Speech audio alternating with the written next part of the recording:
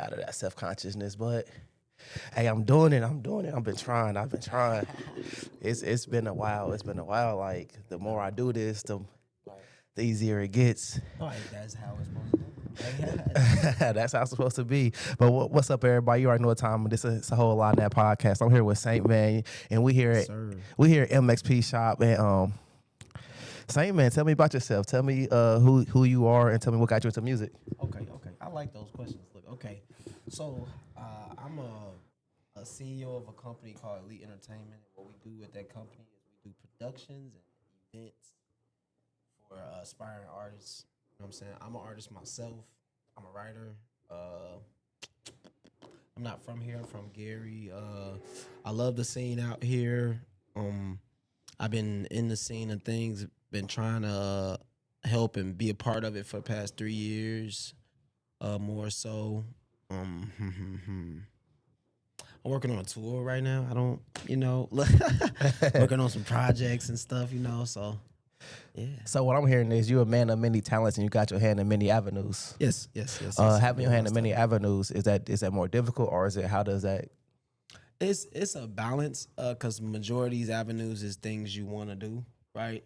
So if that's the fuel to get done, it's just a lot of distractions, and it's like I gotta turn on that tunnel vision a lot of the time, or a lot of time. So it's really just about being focused more so, and not letting anything deter your focus. It's a lot of human shit going on out here, so you can focus, you can balance, and you can do it all.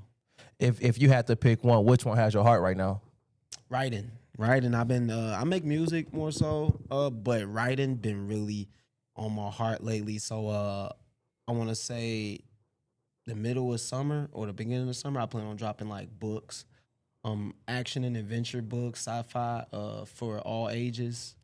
So that's what's really been on my heart lately, man. Cause we write music, right? So I've been falling in love with the theatrics of writing, and that it comes into story making, So that's where it's been lately. And then I can kind of see some of that in which your project you dropped in 2023, because it was more like a I don't know if it's really like a story based, but I could tell like. It was more like had like that anime feel, that anime backdrop on it, the anime That's like crazy. So when you say you like writing, I could tell like I can see it. No, it's crazy that you point that out, bro, because that project is supposed to be something like a story more so, but it's just a story that's accented art. The album was called Michelangelo. Yes, it was supposed to be he's a famous sculptor and painter. And it's crazy because I put songs in the album that was Capella, The Disposition. I like Disposition. All of these songs is his art. I just turned them into songs, So the album was really just accented art. I made the cover like that because I'm a fan of anime, like how you said, and I wanted to take people on a journey more so. So. That's crazy. You brought that up. That's why I fucks with you. And then like with that album, when I listened to that album, it was more of a thing where you're not a rap artist. You're a hip hop artist. You are genuinely hip hop, and I would say, as someone who's getting more into the local scene, you are probably the first person that I've come across that has a true hip hop feel. Yeah, because hip hop can turn anything, any type of concept, and make it into a dope album, and that's what you did with that. That's honestly what you did. I love the song. Was it anime, not cartoons? Yeah, I like anime, not cartoons. I like it because it has like that upbeat beat. Yeah, but it's still in essence, a hip hop song. Yeah. I love that song because it was a message. Anime isn't cartoons, so basically, it's the whole thing of. Just because you think things is a way, that doesn't mean it's that, you know what I mean? It might be something new to you, Yeah. And with that song, it's like it's vibey because it's like a lot of the songs on the album was boom bappy, and that one was like more of a vibe. But Michelangelo going into the next album that I'm doing, which is House of a Thousand Daggers, they play into each other. Okay. So a lot of people don't know that. Like Michelangelo is one of the characters in the House of a Thousand Daggers, which is based on a fight of words and lyricism. Okay. In a house. Like, well, more so it's like a restaurant, So So I'm excited to take people on that journey, man. It's something new. We be so fixed on the norm of making music and always going for hits and commercializing stuff. We don't have fun making it really. Like you don't find too many people that's having fun when they up there doing their songs or making their music or like with Michelangelo House of a Thousand Daggers, I tapped into a realm which is fantasy and anime. And I interpret that in my music and it makes me happy. Right? You know what I'm saying? So when I'm up there performing all these songs, I'm making myself the happiest person at that point in time. And I could tell because when I said that, you started smiling like you you was cheesy. You was cheesing. You was cheesy. And I think that's the important part that we forget. We get caught up in all the statistics and all the clout and stuff. We don't have fun anymore. Like I think with that is we all in all of our different crafts and entrepreneurships, we all got focused on the money aspect of it instead of just doing stuff out of pure love. No. My thing is, if you could make it both, do it. You know what I mean? Like, cause I mean, have fun and make your money. Yes. You know what I'm saying? That's why I went back to the fundamentals of things, which is the hip hop era and the boom bappy and the, you know what I'm saying? Because I was like, bam, I want to have fun, right? But I want to have fun with lyricism. I'm still gonna make quality music, but I want to go off into a realm that I ain't never even seen before and take people with me. You know what I mean? And you did with me because I'm not an anime person. When I say anime, I say Dragon Ball Z, Pokemon, Digimon. That's what I say. I never seen Naruto or all the other. It's a little bit of Sailor Moon because that's when I was watching when I was a kid. When I hit play, I was just like, this is pure hip hop, and I thought of Griselda. Yeah. Griselda. It's crazy you said that. I was listening to Griselda for like a year before I dropped that album, a year and a half. And I was like, it was one point, that's all I was listening to was them. But I didn't incorporate them in what I did. I added what I did with a little bit of them more so. So yeah. I mean, I wouldn't say like you incorporated, like I didn't hear them in it, but I just heard like the boom bap of it because it's not too many people that's in the industry now. Everything is uppity, everything is quick TikTok music, and we have a boom bap sound. It's like that's just the true essence of hip hop, where it's that essence, it can gravitate towards anyone. The older generations, people from outside the city, like, and that's what I strive for with doing these past two albums, which going for a sound that's universal. Okay, so like say for instance you out south or you in Florida, it's certain popular sounds for just those. You know what I'm saying? Just those areas. Hip hop. Regular hip hop, everything. It's everywhere. Hey, so a new project dropping? House of a Thousand Daggers. It might be dropping at the end of this year. TBD. Dead ass. TBD. Like my tone went down to sadness because I might be dropping a joint project with one of my friends. Coming up. So I don't want to tell nobody what it's called or who I'm doing it with. Okay. Not right now. I mean, if they do their research, like, you know what I mean, they can see all the signs. It's just I might do a little bit of deep diving. I might have to start searching the web, the dark web, and figure stuff out. Real talented guy.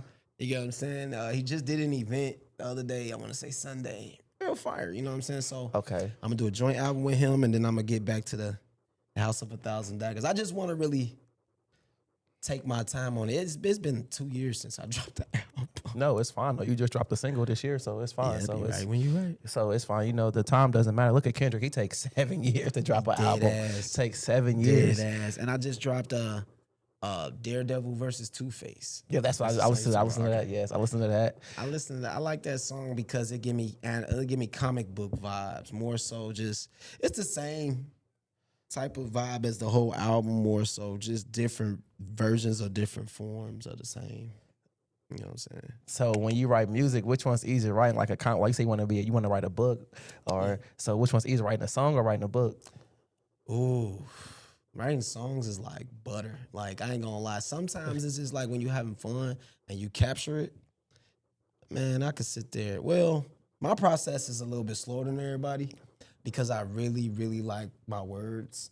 So it take me about like a day or two to make a song, but I'll be working on 2-3 songs at the same time. Dead ass. So imagine that 2-3 days, 2-3 songs. That's 6 songs in 2-3 days. You know what I'm saying? So 3 songs. Yeah, but yeah,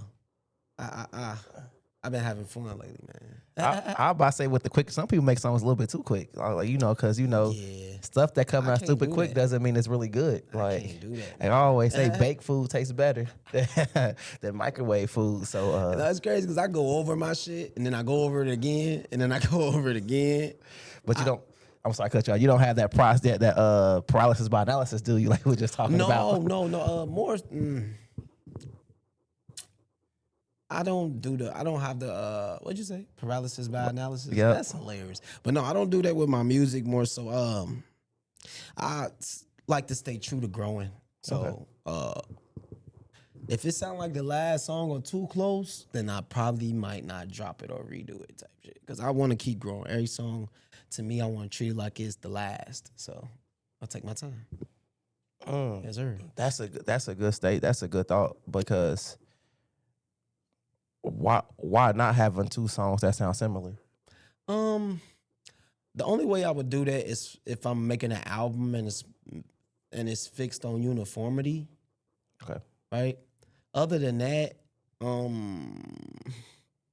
if we sit back and take our time to surf through all the different sounds and the different vibes and the different like directions with music, I think we all can do it. Like, you know what I mean? You could tell a story about your brother 14 times in different ways and won't nobody know. You know what I mean? They won't know anything. It's just you made it. This one a singing song. This one a faster rap. This one is a slower joint, and it all incorporates that one topic. You get what I'm saying? So, me personally, I like to like learn right now. I've been a sponge, man. Like just trying different ways. One of my homies was like, "Bro, you need to drop a love song." Because I have no love songs. Drop one. I am. Drop one. And I got an artist for you. And I got an artist already set out for you to. He can sing the hook. Yeah, you funny. He can sing the hook. We artists. I mean, everybody know it's my family. It's Michael, Mycho. Okay, that's my family. He loves singing. He got a couple of dope love records. One is called Love, and one is called Love Righteous. So I definitely want to. I want to sing, man. I want to go from. Excuse me. I want to go from old school rapping to singing. Oh, that's a big transition. It is. You got the voice for it? I got the. Okay, look, I've been told I got the voice. Look, I'm being honest. I've been told I got the voice, but I get the craft. Okay, that's why I'm confident in doing it because I get the craft. I get the techniques and doing it, and you know what I mean, like the breathing patterns and like shit like that. And I studied it for years. I'm not gonna lie. My mom was an R&B head, and my sister was, and I ended up becoming one. So to this day, I still listen to R&B. a lot of rappers are R&B heads though. Yeah, that's the funny thing about it. In realistic time, if you born in the 80s and 90s, you a R&B head. And hip hop was real prominent at the time. It's just if you was raised by your mom, she was listening to R&B majority of the time. You know what I mean? And I know mothers that was listening to Big Daddy Kane and Biggie.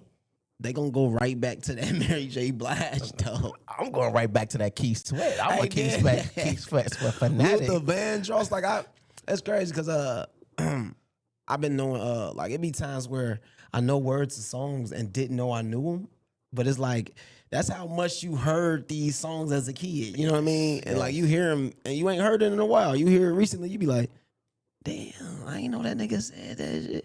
Like, but it's a good wake up, man. I've been really fond of good R&B writing lately. Like Lucky Day, her, who else? SZA, dope writer. SZA, dope writer. You know, my favorite new person is Ari Lennox. Ari fire, Lennox is fire. She remind me of Erykah Badu so much. It's like she got that cadence and certain tones she make with her voice. It's like almost identical to like how Erykah do her shit. Man, that Shea Butter Baby album, that was like, I love that album. I could play that all day, every day. No, that was a good album more so. Like that's a classic. To be honest, that's a classic of our time. That's an underrated classic. Yes, hell yeah. And so a big thing is, in the music industry, when you moved here from GI, did you see a big difference in the music scene, or was you a music person up in GI or not? Oh yeah, I've been doing music since I was 18. I was known in my city for doing music to like the people who matter more so. I came down here with the same energy. The scene out here is real different because people are real faithful more so, and they don't hate as much. Here? Yes, Gary people hate for no What? fucking reason. What? Bro, Gary people, like, they'd be like, you know what I'm saying? I went to school with that nigga, man. That nigga can't rap. Okay. Like, why he can't rap? You feel me? Like, my brother, my blood brother, was you know what I mean? A phenomenal rapper.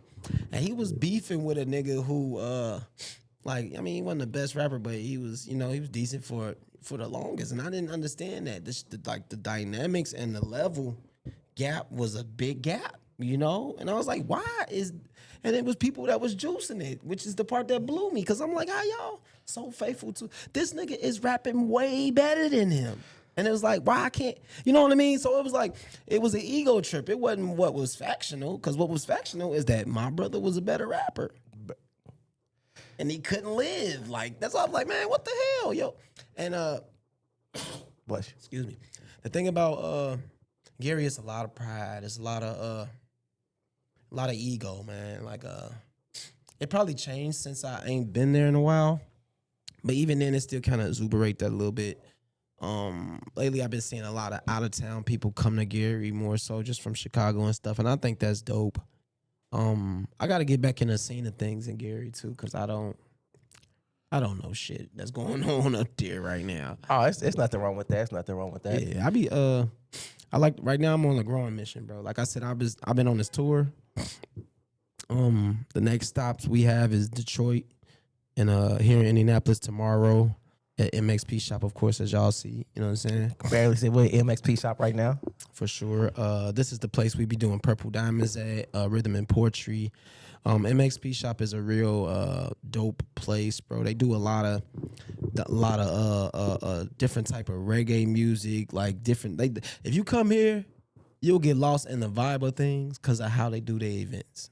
You know what I'm saying? Like, you are not even known you like, you know what I mean, certain island music, like damn, this shit is nice. Like, you know what I mean? I mean, just me That's seeing what it's about. Me sitting here right now. I'm looking at the artwork on the wall. They got the stuff for the women, the candles. Yeah. I love It's the really vibe and artistic oriented. And right now, it's just us in here vibing. We're just chilling. So, I mean, whenever people free, I want to say they do Rhythm and Poetry like once or twice a month. I do Purple Diamonds once a month at the same place, right off of 79th and Michigan, MXP Shop. You know what I'm saying?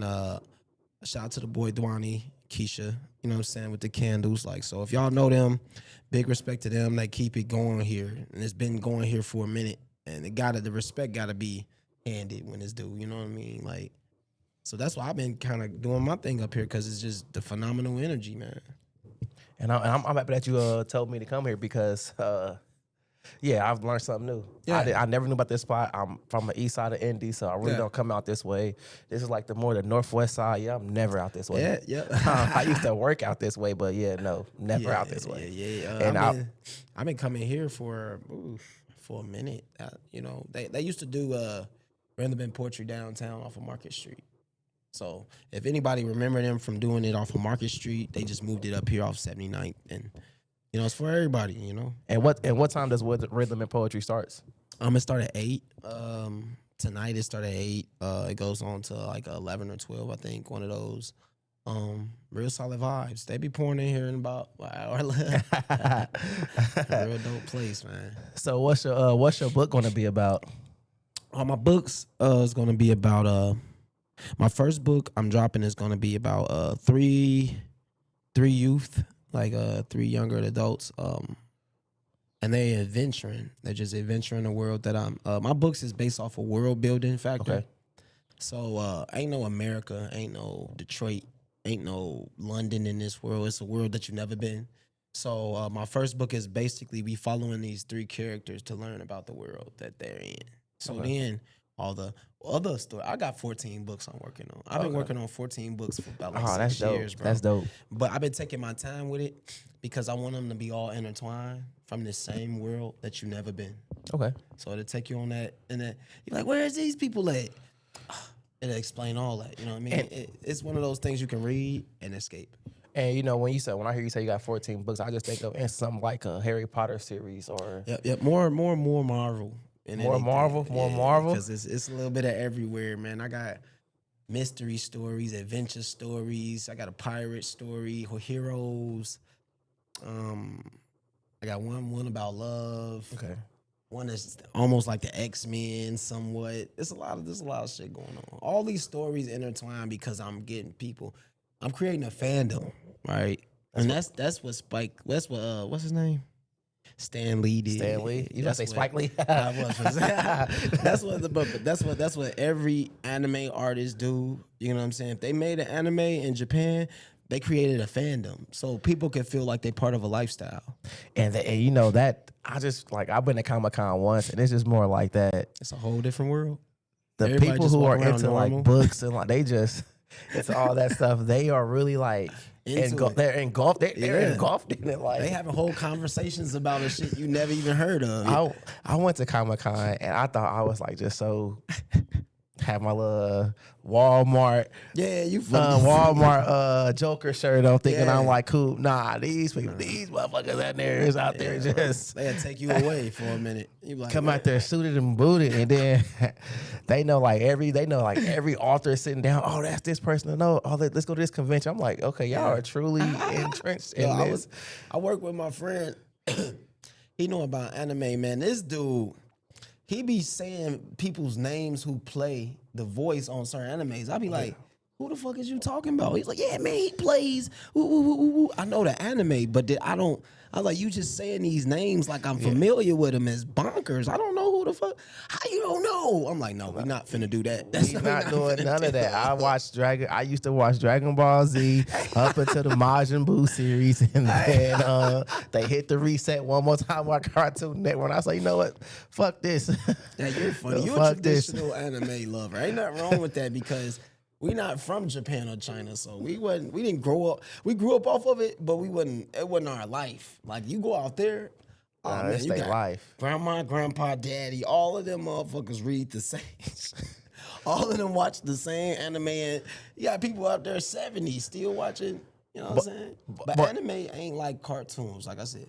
Anime more structured. It's more about they tap into elements of philosophy and mature ideas more so. So that's why I was like, it can't be cartoons. Cartoons is Ed, Edd and Eddy, and them niggas be slapping and each other and licking rocks and shit. Like slapstick funny. You know what I mean? Like real goofy. And there ain't nothing wrong with that either. It's just anime can't be that, you know? Like they have a genre called